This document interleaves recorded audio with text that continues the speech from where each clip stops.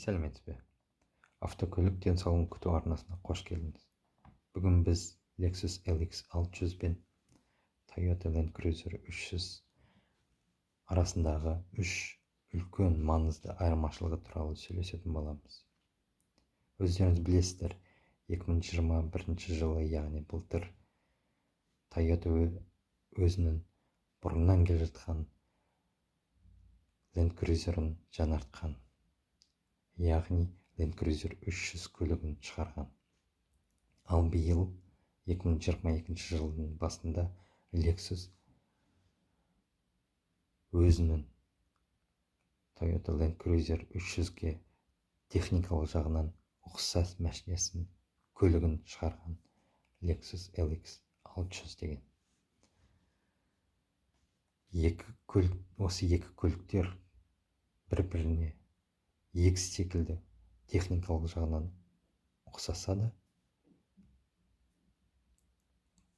яғни моторлары бір,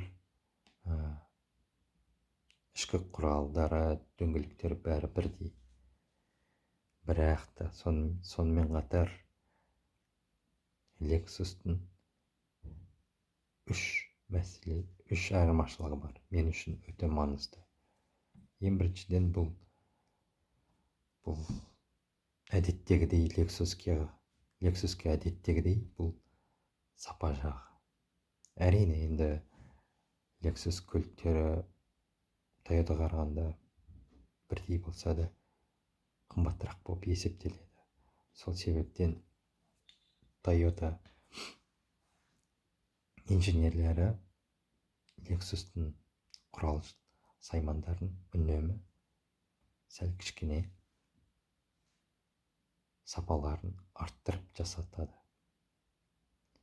Жасағанда бірдей ғой құрал жабдықтар, бірақ та конвейерға, мәшінге енді міне енгізілетін құралдар, отырғызылатын құралдардың өздері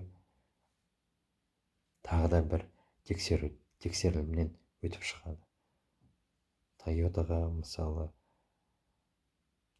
бір рет тексеріліп шықса, Toyotаға Lexus'ке 2 рет тексеріледі сол құрал жабдықтар. Сол себептен бұл Lexus сапасын сәл кішкене Toyotадан сәл кішкене жоғарылауы болып есептелетініне апарып соғады. Бұл бірінші мәселе. Екінші мәселесі, Lexus көлігі Toyotаға қарағанда басқа подвеска жүйесі басқа болып келеді. Яғни Toyota Land Cruiser 300-дің подвескасы пружинамен жасалынатын болса, ал Lexus'тың подвескасы гидравликалық.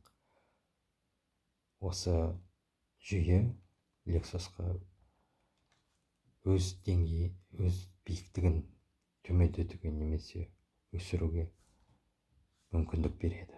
25 сантиметрден 30-дан астам сантиметрге дейін Lexus көлігі өз деңгейін көтере алады, өз биіктігін көтере алады. Ал Toyotада ондай жүйе жоқ. Ал үшінші мәселе бұл руль басқару жүйесі. Енді Toyota Land Cruiser 300-де бұл бұрынғы гидравликалық басқару жүйесі, яғни гидравликалық бұл ескі болып есептеледі. Уақытымен оған күтім керек. Ал Lexus'та бұл электрикалық. Ұзақ мерзімге қарағанда электрикалық жүйелер мықтырақ болып келеді. Және оны жөндегенде жеңіл болады. Осы міне үш үлкен мен үшін маңызды Lexus'тың Toyotаға қарағанда айырмашылығы бар.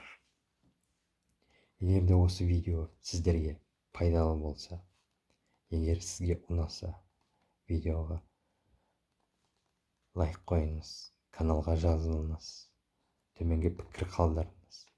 Жаратқан ие сізге риза болсын және күндеріңіз керемет өтсін.